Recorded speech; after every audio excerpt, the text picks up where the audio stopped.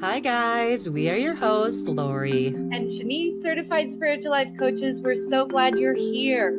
Welcome to the Unconscious Day series, a series here on Branching In where we talk about unconscious days. Yes.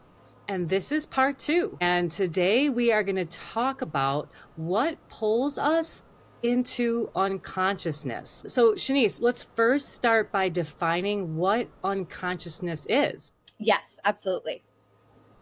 And Dr. Joe Dispenza, defines unconsciousness not just as a state of being unaware, but as a state where your thoughts, feelings, and actions are largely driven by past experiences and ingrained programs rather than conscious awareness and intentional choice.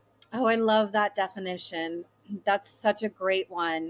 And I have another one here by Eckhart Tolle. He defines unconsciousness as a state where individuals are not fully aware of their own thoughts and actions or the reality of the present moment, often being driven by automatic reactions and patterns. Yeah, that's very helpful to just understand first the unconsciousness. And really to me, I think about that is just being on that autopilot, not coming from a place of intention, and really being in that place where you're really making intentional choices. Yeah. Yeah, it's so important to really understand that. So you can be more aware when you see that you're unconscious and, bring yourself back to awareness, which is really just, as Eckhart Tolle said, the present moment. That's what awareness is. Yeah, right. Yeah. And that is, it sounds so simple, but it's easy to slip out of the present moment. There's so many things going on all around us at all times. Being present can be challenging.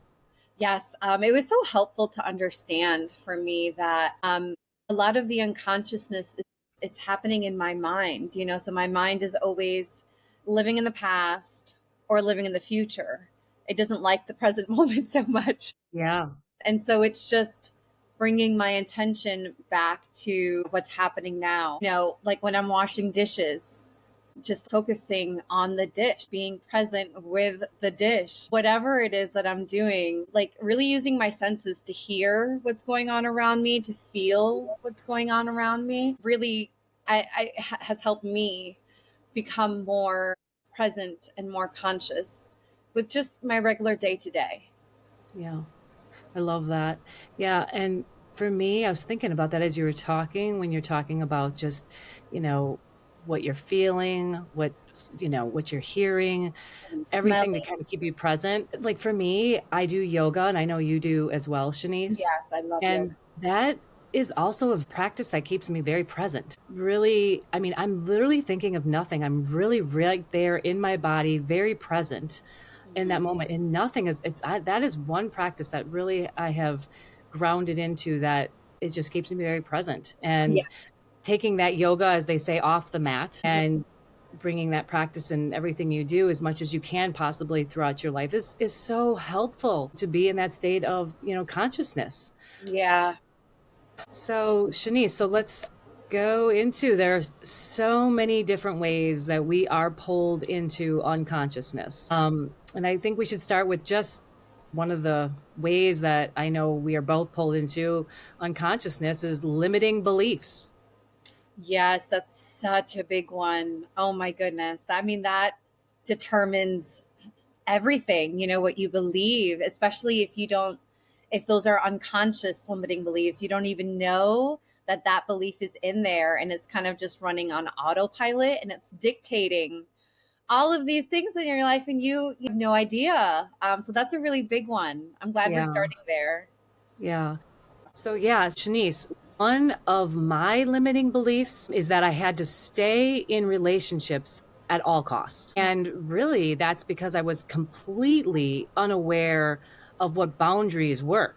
Yeah. So there was no boundaries. I didn't even know what they were. I was not raised with boundaries. I had no familiarity with boundaries. So when I was in any type of relationship, I stayed in them through thick and thin. And I recall one relationship that I stayed in a very long time that, I mean, I was always upset, always stressed, not feeling myself, feeling horrible. But I completely normalized that abusive relationship because I had that limiting belief that I needed to stay in my relationships at all costs, because that's what you do. You stay and you work at it. And relationships are hard, and you keep working and you keep working.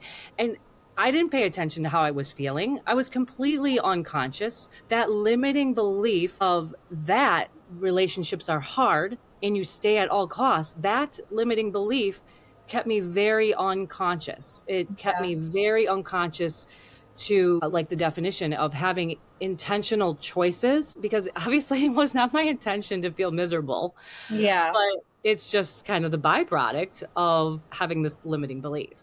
Yeah. Oh my gosh. I relate to that so much, Lori. I mean, as you know, I myself am coming out of a relationship recently, and I had that same belief. I didn't feel like I could go. Or, you know what it was? It wasn't that I didn't feel like I could go, it was that in order for me to go, I had to feel like I did everything in Yes. my power to make it work. Yes. And I was always thinking of things. It's like, oh, well, what about this? Or what if I tried this? It was Yes. like my job to make it work, my job Yes. to fix it, to save it. And I did that for years, doing everything in my power, switching things up, learning about different things, thinking it was, again, it was on me to just do whatever I had to make it work. And yeah, and so that was my unconscious limiting belief. And that I actually realized that that wasn't just for my like personal relationship, but also like all of my relationships. I kind of had that like that limiting belief where it was like I had to, it didn't matter how I felt. It didn't matter if I was upset or not. I had to make them work. And it was the best thing in my life when I laid that down, and I'm just like, okay, no, a relationship is two people. It's two people's job to make that work. And also letting go of the idea that all of my relationships had to stay. I almost felt like I was a failure if any of my relationships um Another limiting belief. yes, right? Yes. If any of my relationships like fell apart, like that, Yeah. I had failed Yeah. the other Yeah. person, I had failed myself. And again, letting that go, like, no, like Your worth now, was based on your relationships and how yes, successful your relationships were, was so how well put. successful and your worth is. Yes, Exactly. I completely understand. So this is a perfect examples of how limiting beliefs pull us into unconsciousness. Yeah. Yeah. And when they remain unaware, you don't know, like you said, you didn't know about boundaries, you didn't grow Yeah, up with boundaries, and that's yeah, that's okay. That's just because you don't know, you're unaware, but you empower yourself with knowledge, right? You become aware, and yeah. then you start to change that. You start to change your limiting belief, create an empowered one. And that's behind me is the workbook bundle. That's what we did, Lori, is we created a method for people to, once you become aware of a limiting belief, you have the power to change it. You have the Mhm. power to deprogram that belief, create an empowered one, and program that into your subconscious mind instead. And that's what we've been doing the past few years, Lori. And so that belief that we were talking about, that I was saying personally, I changed that to, some relationships are only meant to be in my life for a chapter or two, and that is Exactly. perfectly okay. And Hmm. now I don't have that like anxiety trying to make every relationship work, because it's like, okay, well, you know what? If it does, It great. And if wasn't it meant doesn't, to. that's okay. Yeah, Yeah. exactly. And stop forcing things to be what they shouldn't be, Yeah. and being able to let go, Yeah. and know that, for me, knowing that I have choices and really taking that time to feel into what choices I really intend for, and then having that show up of how I'm feeling, the byproduct of what I'm choosing to have in my life, and then how I'm feeling because of that, and Yeah. being very intentional and staying on that conscious path. But yes, removing the limiting belief is, a huge part in staying more conscious. So, Lori, one thing people don't always realize is that limiting beliefs don't just stay in the mind, they create limiting cycles. And then we believe those limiting cycles are who we are. So, we have a thought that creates a feeling. And then that combination of thought and feeling determines our actions. And so, if we're, for example, I'm angry, and so I'm thinking angry thoughts, I'm experiencing angry emotions, and then I, go and I'm yelling at someone, right? And this is something I used to do, and it can be difficult to kind of put into words. But so I would look at that and it'd be like, oh, okay, I'm bad. I did something wrong. I'm causing, myself pain or others pain. And so we really attach to our thoughts, we attach to our feelings, and we attach to our behavior. And we use that I word to really personalize it. But that's not the case. We are not our thoughts, we are not our feelings, we're not our behavior. We are the witness, we're the observer witnessing all of those things. And when you can detach from your thoughts, detach from your feelings, and detach from your behavior and really watch it, you will see that you are not that I, the ego I, the little I. You are the I who is watching that. And that has helped me so much. Really learn that I'm not those things.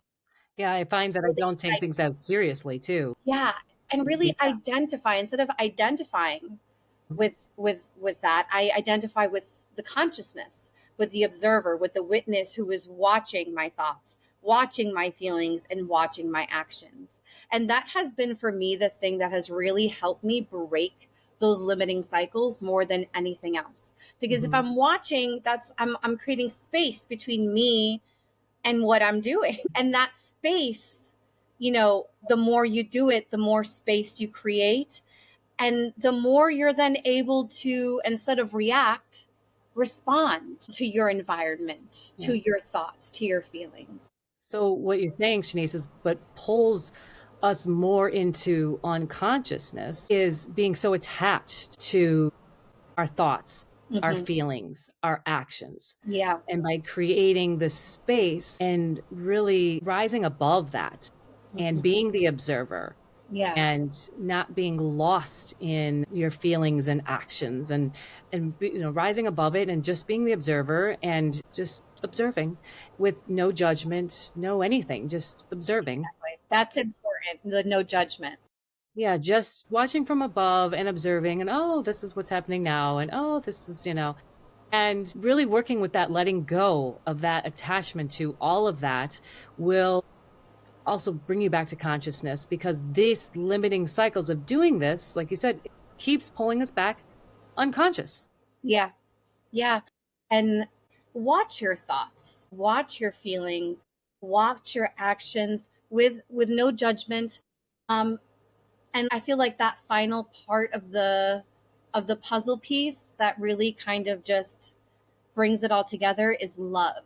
Watch it with love, Yeah. bringing love into the equation, unconditional love, and seeing that maybe I'm behaving in a way that I don't want to behave.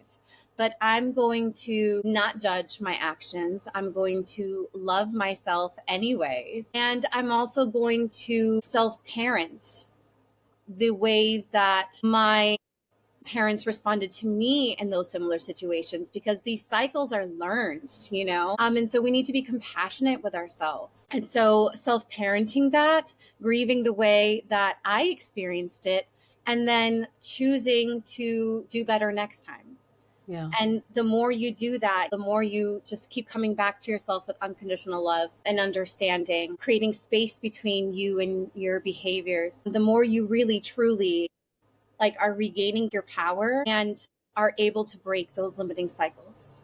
It made me, as you're talking, Shanice, just think of, goes right into another way that we are all pulled into unconsciousness is needs that haven't been met, Mhm. which you just addressed, that need self-parenting. So even while you're watching from above and observing those thoughts and feelings, and with no judgment, you also can become aware of needs that have not been met. Yes. because if there is a need, there's a need that's real. Yes. So to again not cut it out like, oh, well, I shouldn't need anything. No, if you need something, you need something. And going out of consciousness to unconsciousness is also sometimes helpful to, be aware of that. But if you're coming from the observer, like we just talked about, but again, huge another area where we get pulled into unconsciousness is acting out on areas that we have not self-parented because we have real needs that have not been met. Yeah. If you haven't had your emotional needs met when you were a child, you might go into some behaviors that you're not really happy about. Yeah. Um, it's because you have some needs that have not been met, which again pulls us into unconsciousness, and you're able to observe that. Yeah. Yes, exactly. And it's really it's not our fault what we experienced when we were children, but it is our responsibility to heal, because taking on that responsibility for your life, for what it looks like, is what gives you the ability to change whatever it is that you don't like about it Exactly. and create the reality that you desire to live in. Create it however you want it to look. But it starts with taking responsibility for our lives. And like you said, Lori, meeting those needs that were not met when we were children. Only we have the ability to fulfill our emotional needs. I mean, who knows me better than me? Right? Exactly. Yeah. Exactly. And how also, Shanice, would made me think when, as we're talking about this, that another way, the needs that haven't been met, another way we're pulled into unconsciousness by, we can look at it a couple ways. Like you just said, we can be a victim of things that we were not parented, which nobody had perfect parents. There Yeah. is no perfect parents. So there is going to be things that we will all need to self parent. But Yes. we can look at that and, like you said, well, it might not be your fault, but again, we can look at and stay in a victim mentality, which will be, again, another way that we are pulled into unconsciousness is being a victim. And, Yes. Oh, that's a big of one. our circumstances. I mean, there is no, perfect situation anywhere. So we can look at it through a couple different lens. We can be a victim of our circumstance, which is, we've all been there. I know myself, I've been a victim many times throughout my life. Oh yeah, for sure. Unconscious, that is very unconscious, that I go back into this unconscious victim, why me place. But what pulls me out of that, what pulls me in is the victim, what pulls me out is going, okay, this is a lesson. So it's either the victim unconsciousness or the lesson back to conscious. Yes. I It's love the way very you said that. helpful to know that that's the out of that victim is, again, looking through, well, what is the lesson here? What am I learning from this? What am I getting? What is the blessings here? Because I'm getting these painful experiences, yes, but there's something good that's coming from this pain. Yeah. And really going into that instead of focusing on the pain and that victim part, because we love to do Yeah, that, all of us. that why me? Why is this Yeah. happening to me? Yeah, this always happens to me. This, why me? That back to pulling that victim being there, that will keep you unconscious, no doubt. But again, the remedy for that is, what is the lesson here? Make it more about that.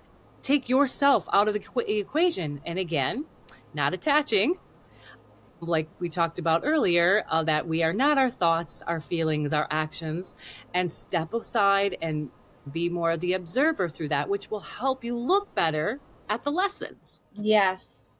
Yes. No, I love that. I feel like I spent the majority of my life playing the victim Me unknowingly, too. Me too. because again, we do as we see, right? And so I kind of grew up in that environment where it was always that, like, why me? Why is this happening Yeah. to me? And so I grew up doing that same thing, asking why me. And I love that now, like you said, looking for the lessons. It really does take you out of that victim mentality. It's a choice. You something painful happens, you can choose to, you know, take it personal and say, why is this happening to me? You can ask, okay, what is in here for me? Like, what lesson is here for me? How is this going to help me grow? And using that perspective, that point of view completely changes the energy of it. It's so much more empowering. Because then you're getting curious. You're not judging Right. the situation. You're remaining open to it, Yeah. and to what it can offer to your life. And that is, I love it. That's amazing. Yeah. And it made me think, Shanice, yeah. And so when you're going through this and when you are, what I know for myself, when I am in that victim unconscious place, what I tend to do is talk to other victims. Mm. And that it feels good in the moment because I want somebody to agree with me. I Yes. want another victim. I want Yeah. someone else feeling bad for me and feeling bad for them. And we're all going to feel bad. That also keeps me unconsciousness and pulls me into unconsciousness. Another way that I'm pulled into unconsciousness is sharing and talking with other victims Yes. or other unconscious beings. That also pulls me more into unconsciousness. Yeah. A few years ago, I learned about third party communication, and I had no idea how much that was pulling me into unconsciousness. So, third party communication is basically, let's say, I have someone in my life who is causing me a lot of grief. And I go to someone else instead of going to that person and saying, hey, Mhm. the way you're going about this, like letting them know that I'm not happy with the situation. I would go to someone else who I know would agree with me, would Mhm. have my back, and we could shit talk Mhm. together. And I did that for years The same. before I realized how toxic that was, and how much that was pulling me into And unconsciousness. how So, you stay more unconscious. To break the cycle, that will not help break a cycle. no, And it doesn't just pull you into unconsciousness, it keeps you unconscious. yeah. Yeah, so that's so important, is having people in your life who are not going to bring you further into your ego mind, who are not going to pull you further into fear, into your thoughts, into those emotions, who will actually be able to speak truth to your situation and Mhm. pull you out of that Mhm. unconsciousness. That's Mhm. so important, to surround Mhm. yourself with people like that. Mhm. Yeah. So there are many ways we can get pulled into unconsciousness, as we've spoken about so far. But I'd like to bring up one more way that really shaped my childhood that I don't know that a lot of people are aware of. So one thing that was really normal in my household was idolizing different figures. For example, Mother Teresa or Saint Francis of Assisi. Like people like that were like the epitome of a How do good you hold the person. standard of Mother Teresa? That sounds crazy. Oh my God, be like Mother Teresa. Oh, I heard that too, Shanice, growing up. And it's like, holy cow, that's a high bar. It is. It was such a high bar. And I remember just that was like the epitome of the best kind of person you Yes. could be. And I remember so clearly as a child and even as a teenager trying so hard to be like them, Unattainable. Yeah. to be saint like, to be holy, to be perfect. That was my idea of like the perfect being. Agreed. And so I spent so much of my life trying to aim to be like that, instead of asking myself, like, well, who am I and what do I like and who do I want to be? It was, okay, no, I have to do everything in my power to be like Mother Teresa. Or, there were so many saint like figures growing up. Yeah. So that was really detrimental to me. I did not realize until I got Yeah. much older how detrimental that was.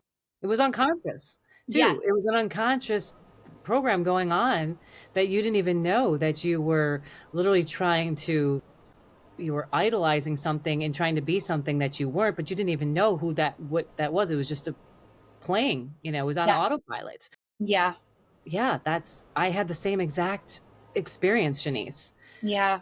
So I use that to determine how I should be, what Yeah. kind of person I should be. And it was that should, that like, okay, well, Judgment, this is what I which you have weren't. to do. Like, this is Yeah. what a good person does. So I have to do these things. Yeah. I have to be like them.